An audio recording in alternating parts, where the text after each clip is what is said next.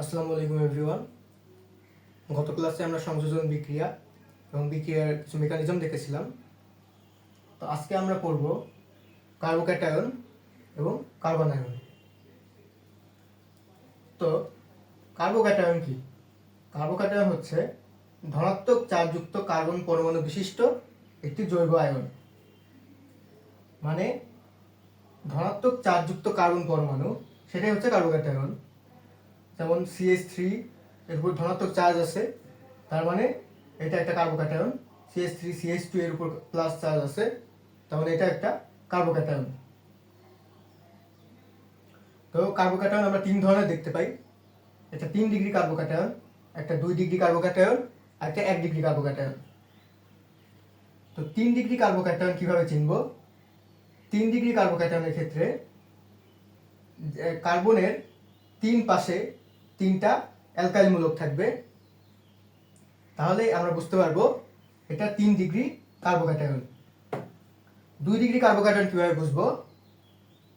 কার্বনের 2 পাশে 2টা অ্যালকাইল মূলক থাকবে, তাহলে সেটা হচ্ছে 2 ডিগ্রি কার্বোক্যাটায়ন।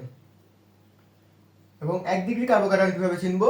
একই রকম ভাবে কার্বনের শুধু এক পাশে একটা অ্যালকাইল মূলক থাকবে, তাহলে আমরা বুঝতে পারবো এটা 1 ডিগ্রি কার্বোক্যাটায়ন। তো কার্বোক্যাটায়নের স্থায়িত্বের ক্রম আমরা জেনে নেই। 3 ডিগ্রির স্থায়িত্ব সবচেয়ে বেশি, তারপরে 2 ডিগ্রি কার্বোক্যাটায়নের স্থায়িত্ব, তারপরে সর্বশেষ মানে সর্বনিম্ন স্থায়িত্ব হচ্ছে 1 ডিগ্রি কার্বোক্যাটায়নের। বেশি স্থায়ী কার্বোক্যাটায়ন বাকিদের আগে ও বেশি পরিমাণে তৈরি হবে।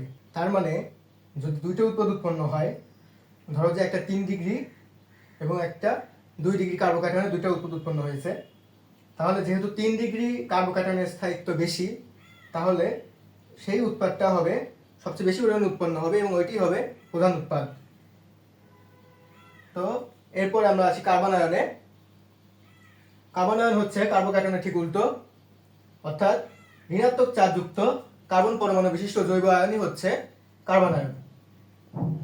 যেমন CH3 মাইনাস আছে, তার মানে এটা একটা কার্বনায়ন। CH3 CH2 মাইনাস, তার মানে এটাও একটা কার্বনায়ন। তো কার্বোক্যাটায়নের মতো একই রকম ভাবে আমরা তিন ধরনের কার্বনায়ন দেখতে পাই। একটা 3 ডিগ্রি কার্বনায়ন, একটা 2 ডিগ্রি কার্বনায়ন, আর একটা 1 ডিগ্রি কার্বনায়ন। 3 ডিগ্রি কার্বনায়ন হচ্ছে কার্বনের 3 পাশে 3টা অ্যালকাইল মূলক যুক্ত হবে, এটা হচ্ছে 3 ডিগ্রি কার্বনায়ন। এরপরে 2 ডিগ্রি কার্বনায়ন, কার্বনের 2 পাশে 2টা অ্যালকাইল মূলক যুক্ত হবে, এটা হচ্ছে 2 ডিগ্রি কার্বনায়ন। এরপর 1 ডিগ্রি কার্বনায়ন, কার্বনের এক পাশে একটা অ্যালকাইল মূলক যুক্ত হবে, এটা হচ্ছে 1 ডিগ্রি কার্বনায়ন। তো স্থায়িত্বের ক্রম একই রকম ভাবে, কিন্তু স্থায়িত্বের ক্রম কার্বোক্যাটায়নের উল্টো, অর্থাৎ 1 ডিগ্রি কার্বনায়নের স্থায়িত্ব সবচেয়ে বেশি, পরবর্তীতে 2 ডিগ্রি কার্বনায়ন, এরপরে সবচেয়ে কম স্থায়িত্ব হচ্ছে 3 ডিগ্রি কার্বনায়নের। অর্থাৎ স্থায়িত্বের ক্রমটা একদম কার্বোক্যাটায়নের উল্টো।